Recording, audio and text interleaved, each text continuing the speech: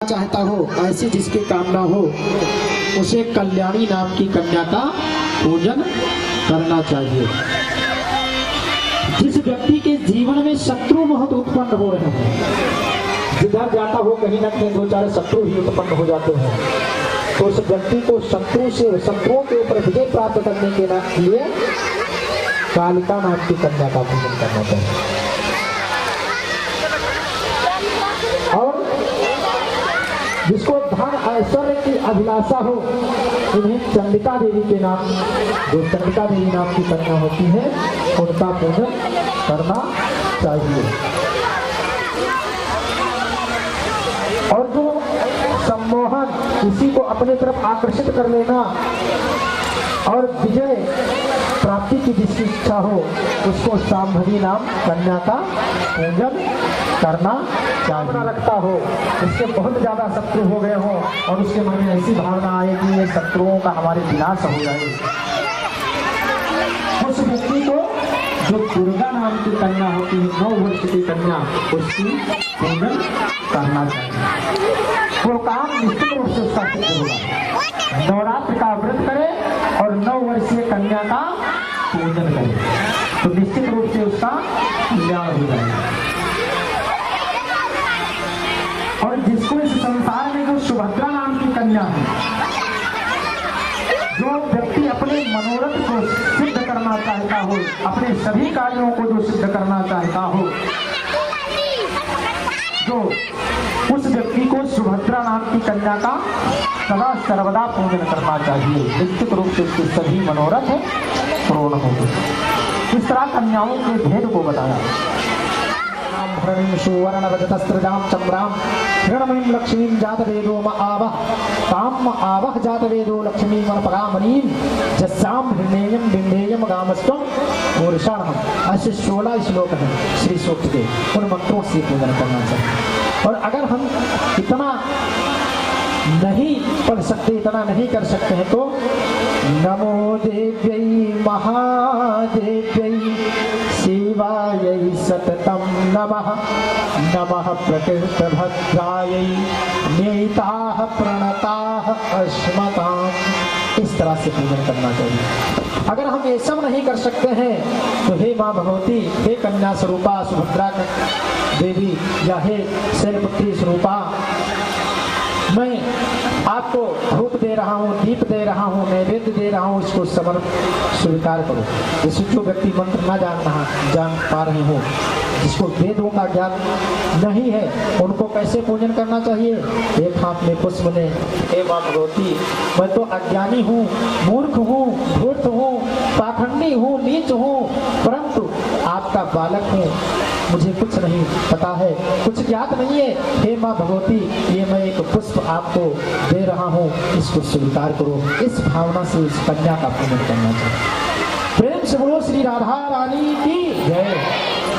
इस तरह से जो भी व्यक्ति कन्या का पूजन करेगा, नवरात्र का व्रत करेगा, उसकी सभी मनोरथ निश्चित रूप से सिद्ध होते हैं। इसमें लेश मात्र किंचित संदेह करना ही नहीं चाहिए। जो व्यक्ति इसमें संदेह करते हैं ना, वो कुछ भी कर डालें, कितनी बड़ी यज्ञ ही क्यों ना कर डालें, लेकिन जिसको थोड़ा विश्वास नहीं होगा देवी जी के ऊपर, तो उनका वो फल नहीं प्राप्त हो सकता। इसलिए विश्वास से करना चाहिए। शास्त्र में इसका नियम भी है, जो विश्वास पात्र व्यक्ति हो, जिसको उस देवता के ऊपर विश्वास हो, उसी को पूजा पाठ और जप तप का नियम बताना भी चाहिए। जो मानते ना हो उनके सामने कभी वर्णन करना ही नहीं चाहिए। अब आगे कहते हैं श्री वेदव्यास जी कि कौन से कन्या का पूजन नहीं करना चाहिए, इस पे भी ध्यान दीजिएगा। बहुत ध्यान देने योग्य बात है। श्रीमद् देवी भागवत में ही ये कथा आपको मिलेगी। हमें किस व्यक्ति, कौन सी कन्या का पूजन नहीं करना चाहिए? राजा जनमेजय पूछते हैं, महाराज कृपा करके बताओ, कौन सी कन्या का हमें पूजन नहीं करना चाहिए? तो सो कहते हैं कि हीरांगे वरजयेत कन्यां पुष्टयोक्तां प्रणान्तितं गंधस्फुरितन्योतिहीनांगी विशाल कुलसंभवाम। अर्थात कहते हैं जिसका कोई अंग विहीन हो, कोई अंग टेढ़ा हो या हाथ पैर इत्यादि ना हो, जो कुष्ठ रोग से ग्रसित हो, व्रण, व्रण जानते हो किसको कहते हैं? जिसको शरीर में बहुत फोड़ा निकलते हैं, फोड़ा फुंस इत्यादि, तिरछा देखती हो या नेत्र विहीन हो, ऐसी कन्याओं का पूजन नहीं करना चाहिए। तो कोई ऐसी कन्या का पूजन करने से हमें कोई फल नहीं मिलता है। शास्त्रों में ऐसा नियम है, इस वजह से मैं कह रहा हूं क्योंकि संसार में पृथ्वी पर सब तो भगवान माँ भगवती के दिए हुए हैं। जिसको माँ भगवती ने जैसा बना दिया, भगवान ने जैसा बना दिया, उसके कर्म के अनुसार वो वैसा ही है। लेकिन जब हमें कोई सकाम करना है, हमें कोई ऐसी पूजा करना है कि जिसको हमें प्राप्त ही कर लेना है, तो ऐसी कन्याओं का पूजन तब नहीं करना चाहिए, इनका परित्याग करना चाहिए। जो अंधी हो, तिरछी देखती हो, अंग विहीन हो, लूली लंगड़ी इत्यादि, ऐसी कन्याओं का वर्ण नहीं करना चाहिए। जो बहुत दुर्बल हो, शरीर से एकदम से कमजोर हो, जिसको देखने से दुर्गंध इत्यादि आता हो, ऐसी कन्याओं का पूजन नहीं करना चाहिए। जो रोग से युक्त हो, ऐसी कन्या का पूजन नहीं करना चाहिए।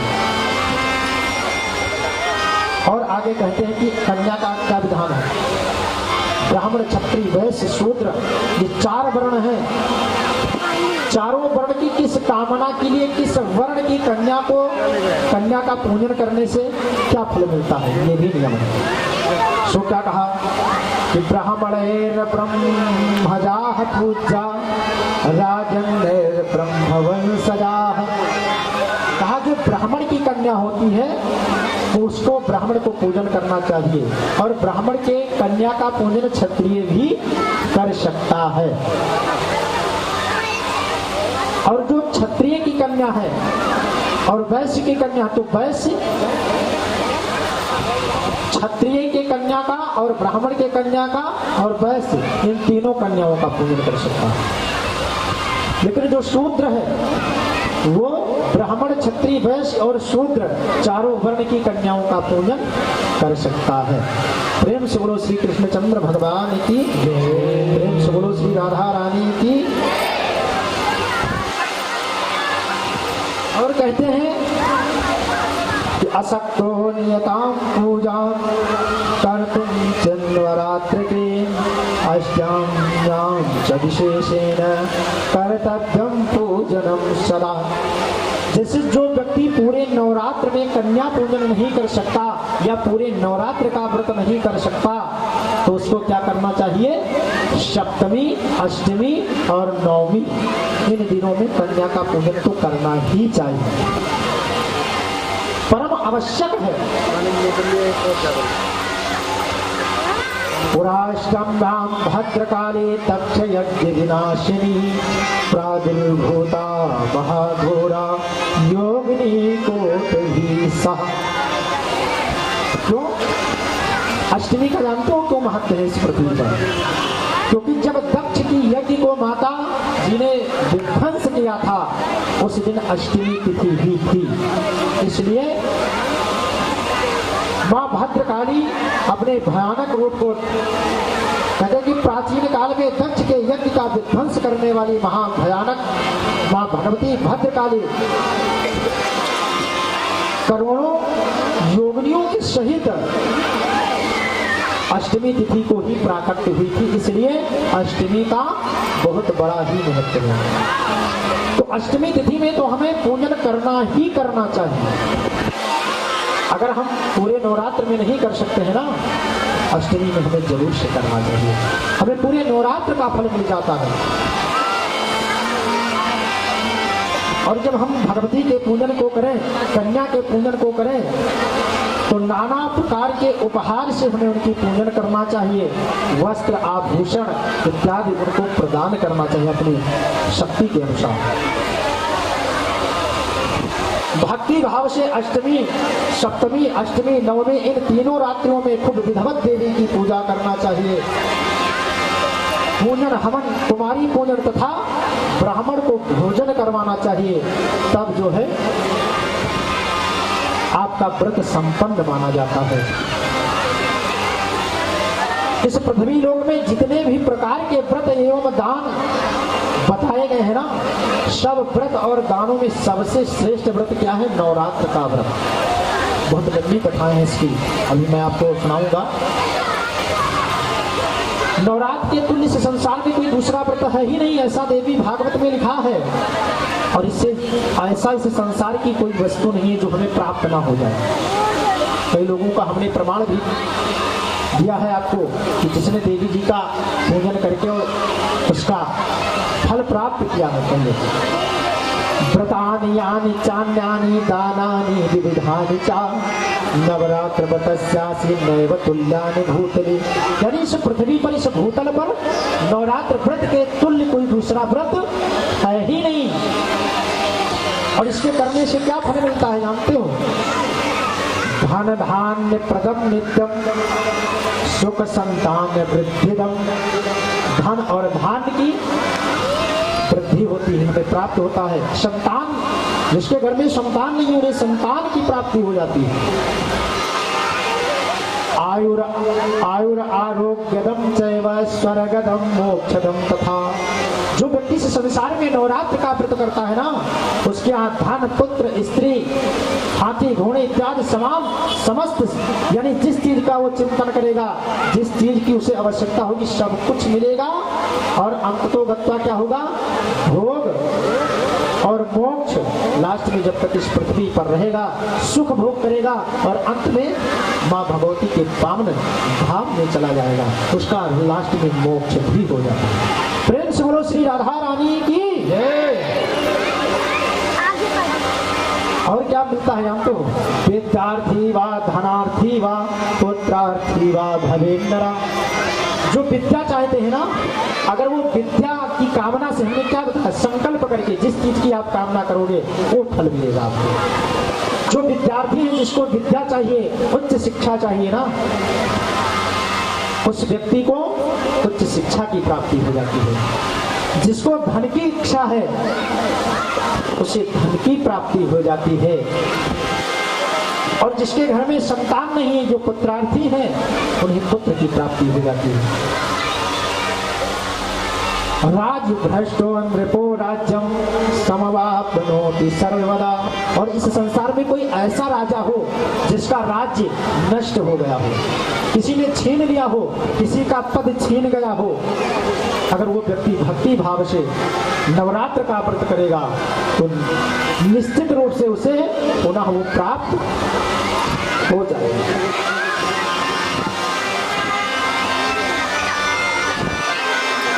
इसलिए जीवन में नवरात्र का व्रत विधिवत तरीका से नियम के अनुसार करना चाहिए। होता क्या है ना, हम लोग व्रत करते हैं लेकिन नियम कानून तो हमें पता नहीं होता है।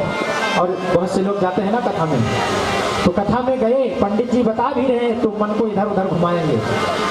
पंडित जी क्या कहेंगे हमने सुना ही नहीं, समझेंगे ही नहीं, और सुने भी तो वहीं तक वहीं पे रख करके चले जाएंगे। क्योंकि ये आपके लिए अवसर है। कथा आप सुन रहे हैं, इसमें आपको बताया जा रहा है, आपको उतारना चाहिए कि हाँ माँ भगवती क्या है, उनके बारे में, और नवरात्र व्रत का क्या फल है, उसी तरह से करना चाहिए। ये जीवन में बड़ी सोचनीय बात है। और कहते हैं कि पूर्व जन्मान ये नूनम चाकृतम व्रतमुत्तमम देव्याधिनो दारिद्र्यश्चा भावं पुत्र वर्जिता।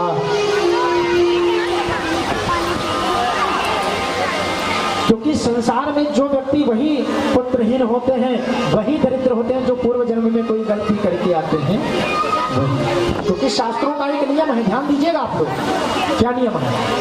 पूर्व जन्म कृतम पापम व्याधि रूपेण बाधिते। इस पृथ्वी पर अगर कोई व्यक्ति कष्ट को भोग रहा है, दुख को भोग रहा है ना, तो उसको ये मान लेना चाहिए कहीं ना कहीं हमने पूर्व जन्म में कोई बहुत बड़ी गलती किया है जिसका फल भोग रहा है। अपने कर्मों का ही फल हमें इस पृथ्वी पर मिलता है। जैसा हम कर्म करेंगे ना उसी तरह से हमें फल मिलेगा। अब हम अगर कर्म करते हैं, हमने पूर्वजन्म, बहुत से लोगों को आप लोगों ने देखा होगा, बहुत से लोगों को आपने देखा होगा क्या कि खूब चोरी डकैती बेईमानी इत्यादि करते हैं, खूब सुखी हैं। ऐसा लोगों को देखा है ना? कितने लोगों ने देखा? हाथ उठाइए जरा। बहुत से लोगों को देखा होगा ना। चोरी बेईमानी पाखंड ही करेंगे लेकिन बहुत सुखी होते हैं, और बहुत से लोग सारे दिन माला जप रहे हैं फिर भी केवल दुख ही दुख हो रहे हैं। क्या कारण है इसका? इस पृथ्वी पर जीव अपने पूर्व जन्म का किया हुआ फल इस जन्म में भोगते हैं, और जब जीव का दूसरा जन्म होता है तो जो इस जन्म में माला जप रहे हैं ना वो उनको आगे मिलेगा। इसमें किंचित लेश मात्र शंका करने की कोई जरूरत ही नहीं है। अब हम सोचते हैं अरे भैया भगवान एक लोटा हम रोज जल चढ़ाते इतना पूजा कर रहे हैं, भगवान तो हमें फल ही नहीं दे रहे हैं। ऐसा नहीं है कि माँ भगवती आपको फल नहीं दे रही है, खूब दे रही है, लेकिन कब देंगे? जो आपने पूर्व में अर्जित किया है ना, जो आपने पूर्व में पाप को अर्जित करके रखा है ना, जब वो पाप समाप्त होगा तभी तो आपको पुण्य मिलेगी। और जब पहले का पाप जो आप करके आए हैं ना उसको अभी समापन नहीं कर पाए हो तो मान लीजिए अगर हम बलपूर्वक उसे टाल दें कि नहीं आज तो कल और कल नहीं तो परसों, वो तो मुझे भुगतना ही है। इसलिए मेरे ऊपर जो कष्ट आता हो भगवती माँ का स्मरण करके चाहे हम उसको आज भोगे और चाहे काल भोगे। क्यों? अवश्यमेव भोक्तव्यम कृतम कर्मम शुभा अशुभम। और जानते हो क्या होता है? लोग कहते हैं कि हमें दुख प्राप्त हो रहा है किसी के वजह से। संसार में कोई किसी के कारण दुख नहीं पाता, अपने कर्मों का फल पाता है। अगर किसी की अंगुली में दर्द हुआ ना तो कहता है हो सकता है किसी पड़ोसी ने कुछ यंत्र मंत्र तंत्र का प्रयोग कर दिया हो। अरे लेकिन जब माँ भगवती आपका कल्याण करेगी तो क्या इस संसार में कोई तुम्हारा कुछ बिगाड़ सकता है? नहीं कर सकता। ध्यान रखिएगा, कभी भी जीवन में अगर आपने सत्कर्म कर रहे हैं और आपको उसके उपरांत यदि कष्ट आ रहा है तो ये जानना चाहिए हम पूर्व के कर्म को भोग रहे हैं। जो हम अच्छा कर्म करते हैं वो हमें मिलेगा।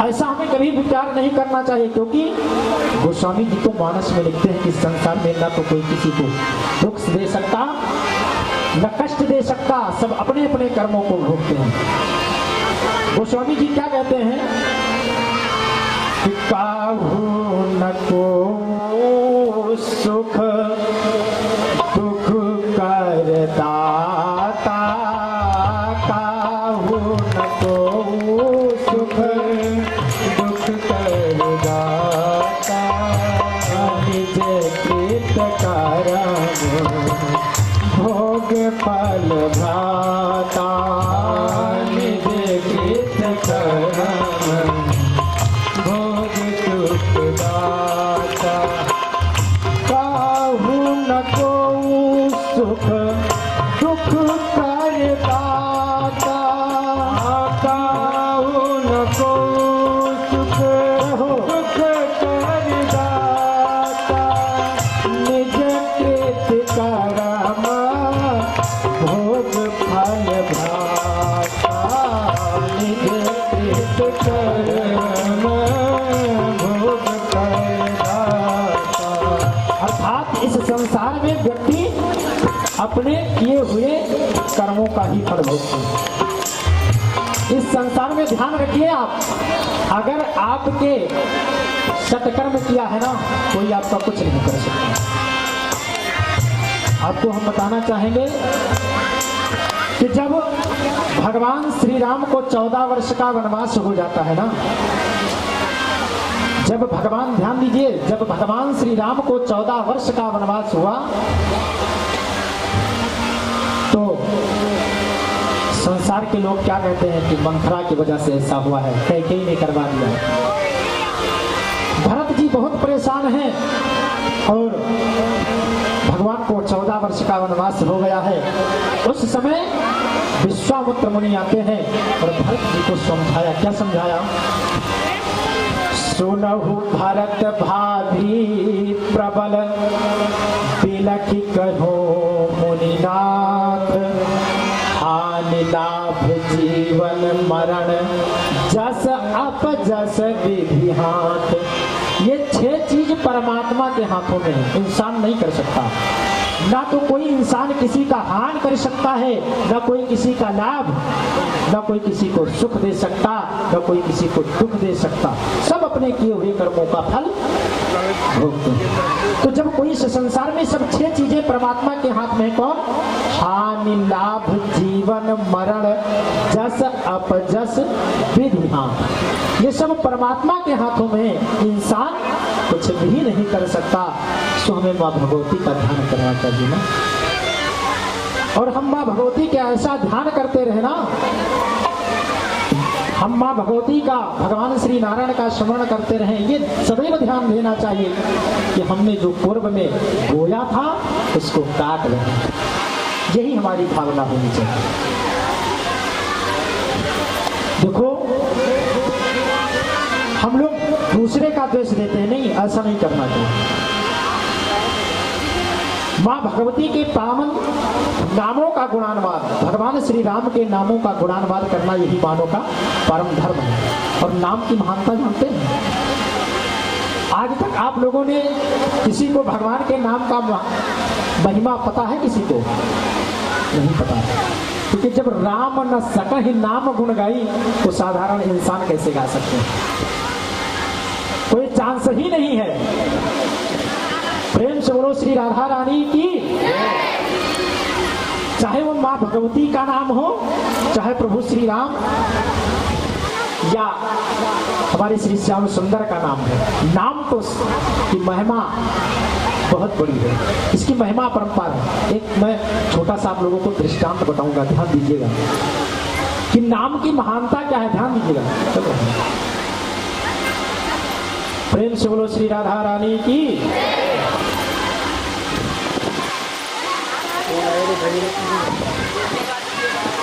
प्रेम से बोलो श्री कृष्णचंद्र भगवान की जय।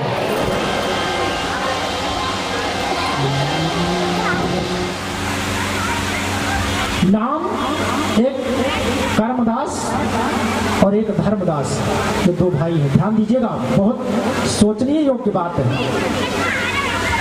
एक धर्मदास है और एक कर्मदास। कर्मदास तो कभी भगवान का नाम नहीं लेते हैं, कभी जीवन में भगवान के नामों का गुणानुवाद नहीं करते।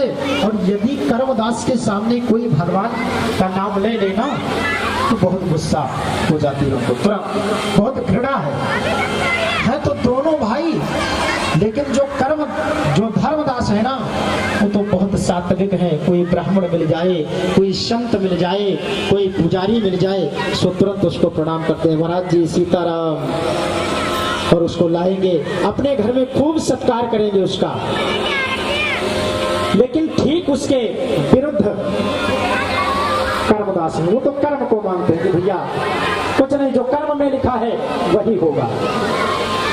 एक दिन की बात है ना, कर्मदास घर में है नहीं और धर्मदास घर से बाहर निकले ना, तो क्या हुआ, कुछ 4-5 संत जी दिखाई दिए। सो संत जी को धर्मदास जी ने प्रणाम किया, महाराज जी प्रणाम किया।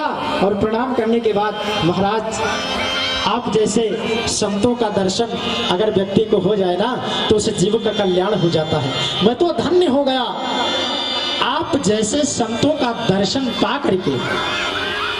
धर्मदास, हे ब्राह्मण, हे संत, अगर आप हमारे घर में ना अपना चरण रख देते तो मैं कृतकृत्य हो जाता। इस तरह से कौन कहा? धर्मदास ने।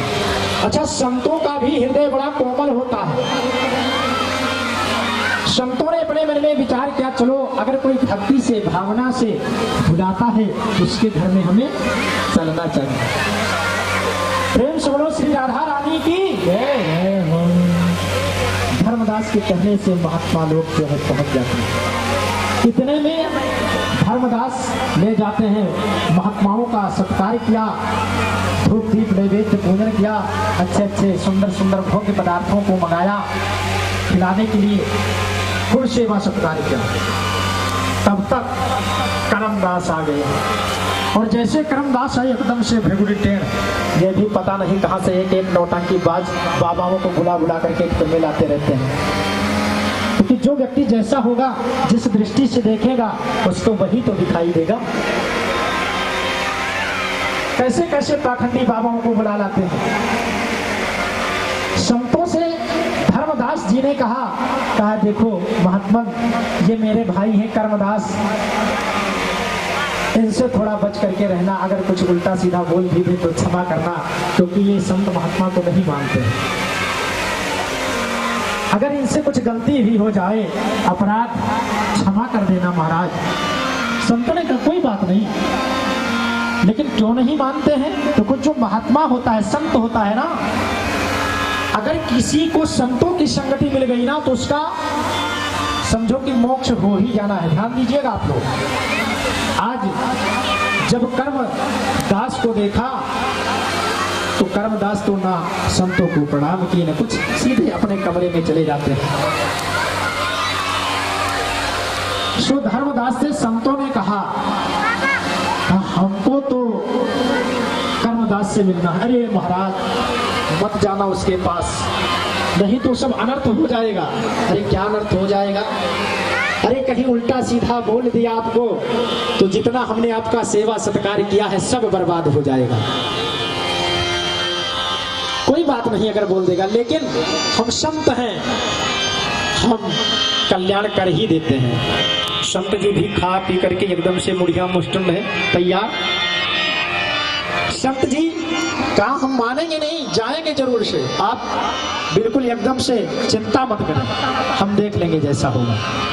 और उन महात्माओं ने जा करके कुंडी को खटखटाया, किसके? कर्मदास के कमरे की कुंडी खटखटाया।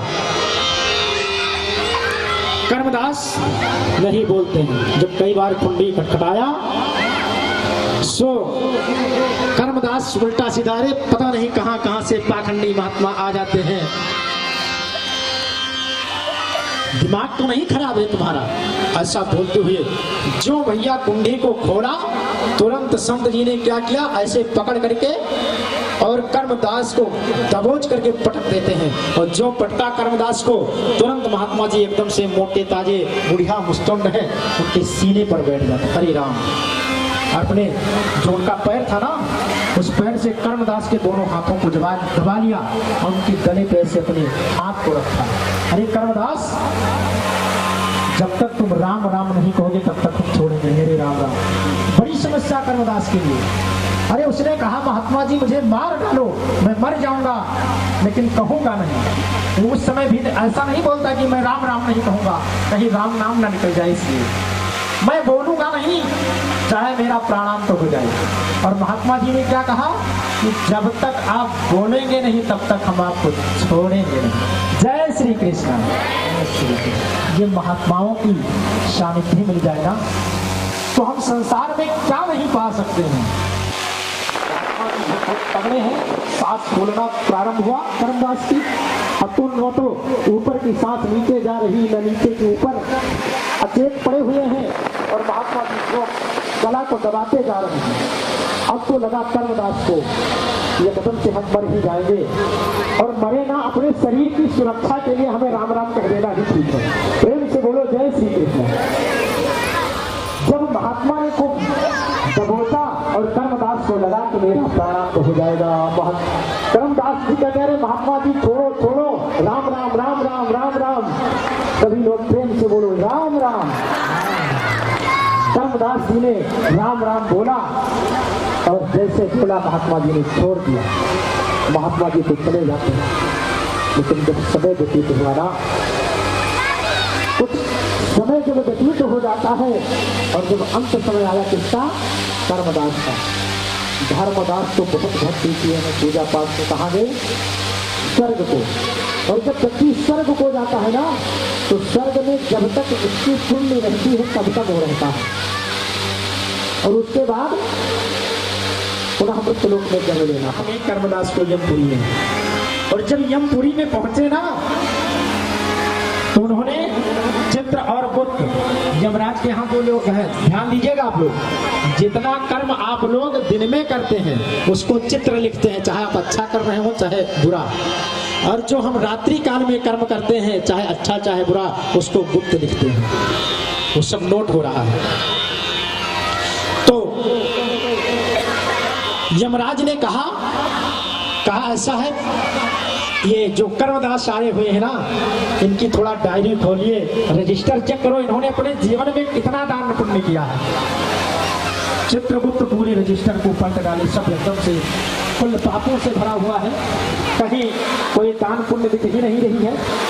जब लास्ट में पहुंचे तो क्या देखा कि लास्ट में जबरदस्ती करने के एक बार जीवन में इन्होंने राम नाम कहा है, वो भी किसी महात्मा के कहने से।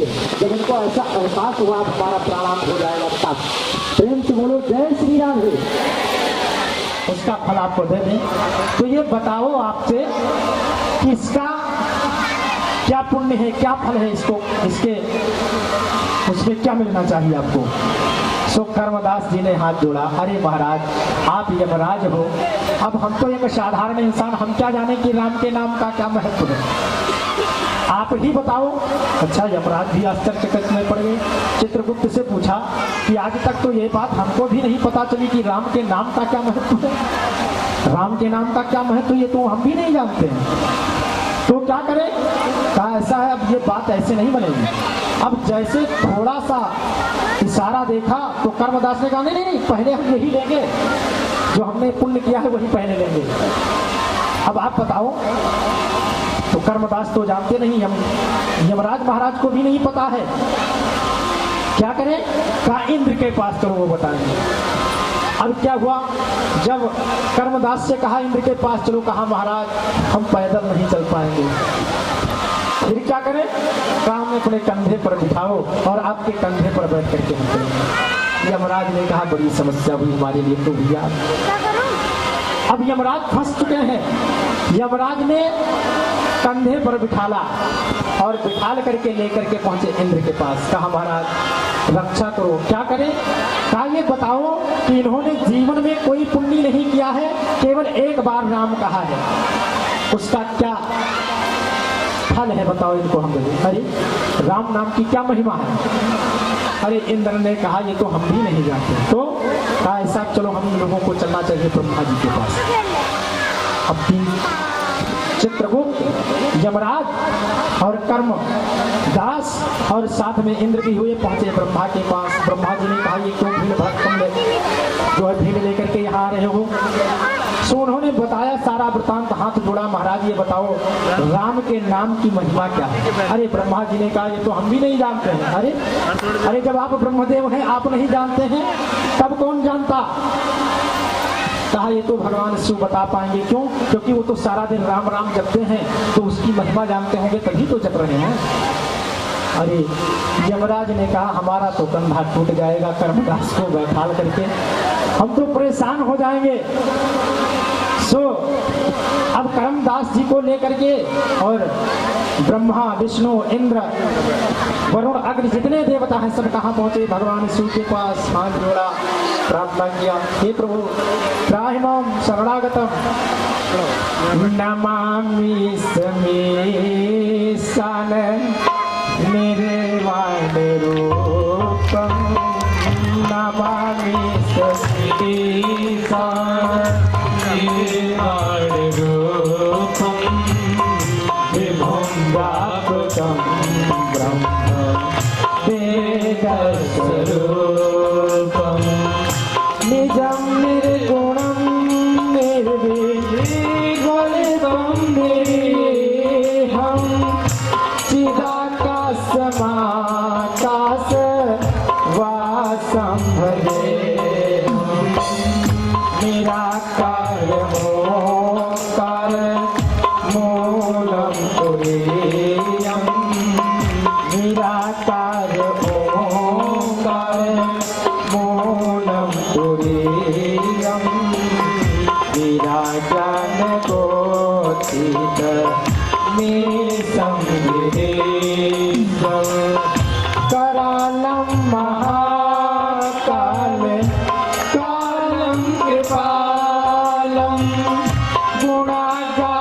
संसार पारम नको तो सारा संतास गौरम गंभीरम मनोभूति कोटि प्रभाश्री शरीरम स्फुरन मौल कल्लो नैनी चारु गंगा लसद भाल भाले दो कंठे भुजंगा चलत कुंडलम नेत्रम विशालम प्रसन्नाननं कंठम दयालम। हरि बोल।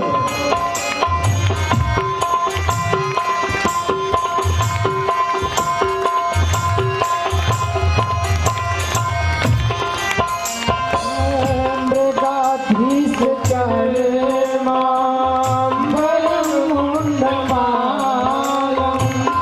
प्रियं शङ्करं सर्वनाथं भजामि प्रचण्डं प्रकर्षं प्रगल्भं परेशम् अखण्डम् अजं कोटि प्रकाशम् प्रियाशूल निर्मो लगम शूल पाणि भजे हम भवानी पतिं भावनम्।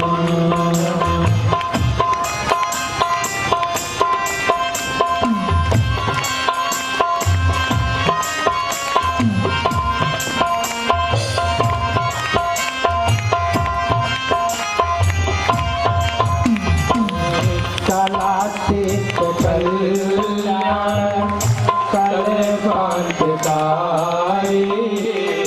सदा सच्चिदानंद दाता पुरारी चिदानंद संदोह मोहापहारी प्रसीद प्रसीद प्रभु मन्मथारिणी नयावद उमानाथ पादालवीनम भजन्ति है लोके परिवानरा न तावद सुखं शान्ति संतापनाशम् प्रसीद प्रभु शरीर भूतादिवासम् न जानम योगम जपम नैव पूजा न तोहं सदा सर्वदा संभुतोऽहम्।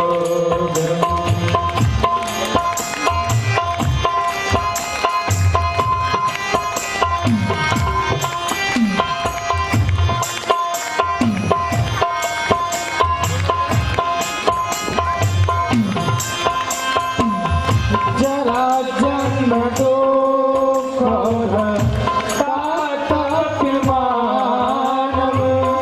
प्रभु पाहि आपन्न नमामि शम्भो प्रभु पाहि आपन्न नमामि शम्भो प्रभु पाहि आपन्न नमामि शम्भो।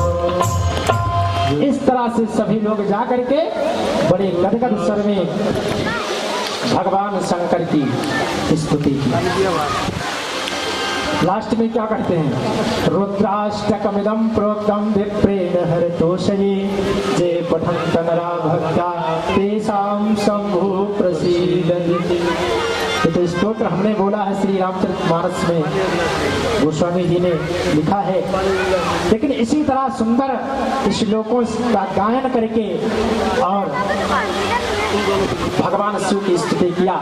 शंकर जी ने सोचा कौन सी विपत्ति आ गई भैया देवताओं पे, जो सब लोग स्तुति कर रहे हैं। भगवान शिव की समाधि टूटती है।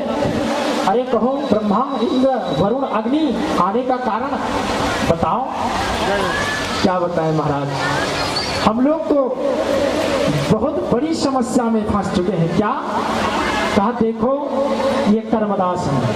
अच्छा, इन्होंने जीवन में कोई दान पुण्य कभी भगवान के नाम का स्मरण नहीं किया। एक बार एक संत के जबरदस्ती करने पे इन्होंने एक बार राम नाम कहा है। अब ये जब यहाँ पर पहुंचे हैं तो अब इनको ये पता नहीं है राम के नाम की महिमा क्या है, और ना तो यमराज को पता, ना इंद्र को, ना ब्रह्मा को, हमें किसी देवता को राम के नाम की महिमा पता नहीं। क्या करें। सो महाराज आप तो सारा दिन राम राम जपने वाले में से हो, जब देखो तभी समाधि लगा करके राम राम जपते रहते हो, आप ही कृपा करो बताओ। अच्छा, भोले बाबा ने कहा हाँ राम नाम तो मैं दिन रात जपता हूँ, लेकिन उनके नाम की महिमा क्या है ये तो मैं नहीं जानता। प्रेम से बोलो जय श्री राधे। अब तो बड़ा आश्चर्य, अरे जो सारा दिन नाम जप रहा है उसको भी राम के नाम की महिमा नहीं पता। फिर कहा अब क्या करना चाहिए। कहा देखो अब तो केवल एक ही चारा है। क्या, भगवान श्री हरि नारायण के पास चलो, वही बता सकते हैं अपने नाम की महिमा। और राम तो पहले ही कहते हैं कि राम न सकहि नाम गुण गाई। इतना नाम का महिमा कि भगवान भी नहीं गान कर सकते हैं। सो सभी देवता मिलते हैं, पहुंचे। भगवान श्री हरि क्षीर सिंधु में विराजमान है, शेष के सैया पे माता लक्ष्मी जी विराजमान है। उनके साथ में क्रम से हाथ में शंख चक्र गदा और पद्म को धारण किए हैं माता लक्ष्मी, उनका चरण दबा रही हैं। सारे देवता उन्हीं से भगवान नारायण की स्तुति करते हैं। हाथ में चक्र सदा जिनके और शेष की सैया विराज रहे हैं, और भक्त का मान सदा रखते निज भक्त का भाव निहारी रहे हैं। याद करे जो सदा इनको उनकी मनसा को सुधारी रहे हैं। हे शालिग्राम हे विष्णु चतुर्भुज आपको भक्त पुकारी रहे। सुंदर शब्दों में भगवान की स्तुति किया। श्री हरि नारायण ने कहा क्या कारण है देवताओं। और जैसे देवता अंदर प्रवेश किए सो हाथ जोड़ करके देवताओं ने कहा महाराज बहुत बड़ी समस्या, आप पहले से ही जानते हो, अगर हमारे ऊपर समस्या न होती तो क्यों आते। वैसे भी आजकल का भी नियम है, लोग तब तक भगवान को नहीं याद करते जब तक जीवन में कष्ट नहीं आता। देखो इस संसार में एक कंधे पे सुख एक पे दुख है, और हम लोग क्या करते हैं, सुख की कामना तो सब लोग करते हैं लेकिन कोई दुख बुलाना ही नहीं चाहता। ये तो स्वाभाविक है, घड़ी चलती है ना, अगर 6 बजे है आज तो शाम को रात्रि में 12 बजना है, वो तो चलती ही रहती है। ये समय का चक्र है, जहाँ पे सुख है वहीं पे दुख है, जहाँ पे हानि है वहीं पे लाभ है, और जहाँ पे अच्छाई है वहीं पे बुराई है। ये सब एक के पूरक है, एक ही नहीं हो सकता। अगर जीवन में केवल एक ही चीज मिल जाएगी ना तो फिर इस संसार में रह पाना मुश्किल हो जाएगा। अगर किसी को सुख मिल गया तो जीवन में कभी भगवान को ही नहीं याद करेगा, और अगर दुख ही मिल गया तो भगवान को याद करेगा लेकिन और अन्य इसके कार्य भी नहीं बन पाएंगे। तो सुख दुख, जहां पे सुख रहेगा तो समझो उसके पीछे दुख लगा हुआ है, कब आ जाए कुछ पता नहीं। और सदैव हमें ऐसे रहना चाहिए कि जैसा हमें भगवान की कृपा से ये जीवन मिला है, जैसा परमात्मा व्यतीत करेंगे हम किसी तरह से काटना ही होता है। हम क्यों डरते हैं भाई।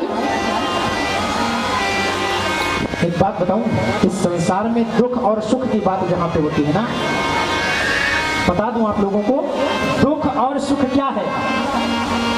दुखी जानते हो किसे कहते हैं? जिसके घर में संतान नहीं है वो दुखी नहीं है।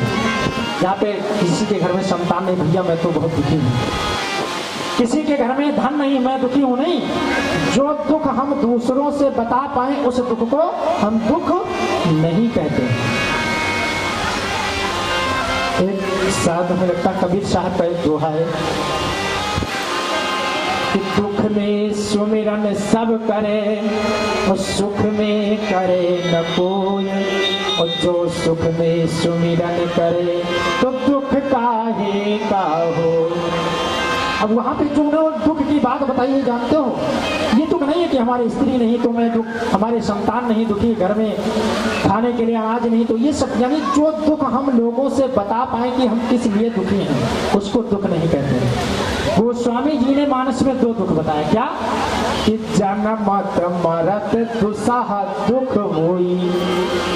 जब व्यक्ति का जन्म होता है तब वो दुखी होता है, और जब व्यक्ति की मृत्यु होती है तब वो दुखी होता है। जन्मत मरत दुसह दुख हुई। हमारे शास्त्रों में केवल 2 दुख बताया गया है।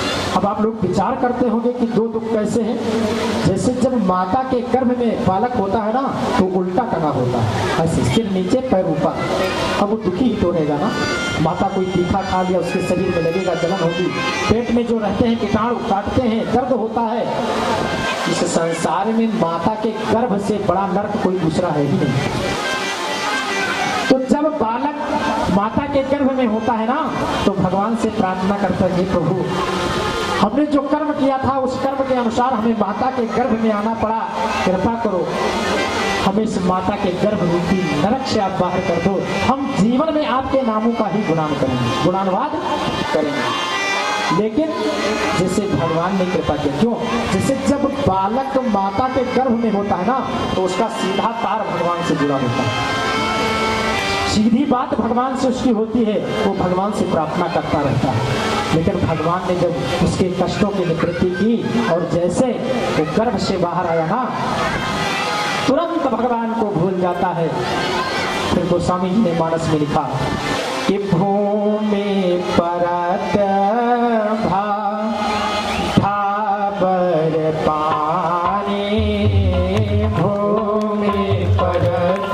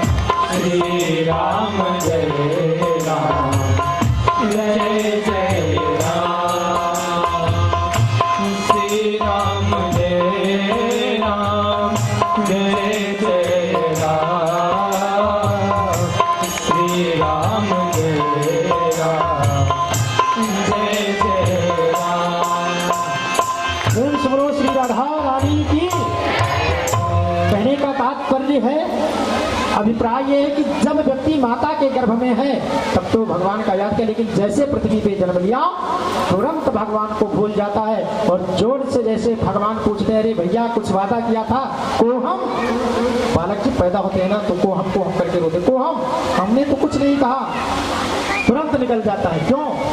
क्योंकि जिस तरह जब आकाश से जल वृष्टि होती बड़ा सुंदर जल होता है आकाश गंगा का, लेकिन जैसे इस पृथ्वी पर वो जल गिरता है तो मट्टी में मिल करके मलिन हो जाता है। उसी तरह से वो बालक जन्म लेते ही, वो जीव जन्म लेते ही इस माया में लिपट करके और मलिन हो जाता है। भगवान से बोलता है मैंने तो कोई वादा नहीं किया। जीवन में अगर व्यक्ति जन्म लेने के बाद भगवान का पुनः अगर ध्यान करता रहे ना, भगवान के नामों का संकीर्तन करता रहे, तो जो मरने के समय मृत्यु की पीड़ा होती है वो दुख जीवन में नहीं झेलना पड़ेगा। उसी दुख का नाम लिया है कौन?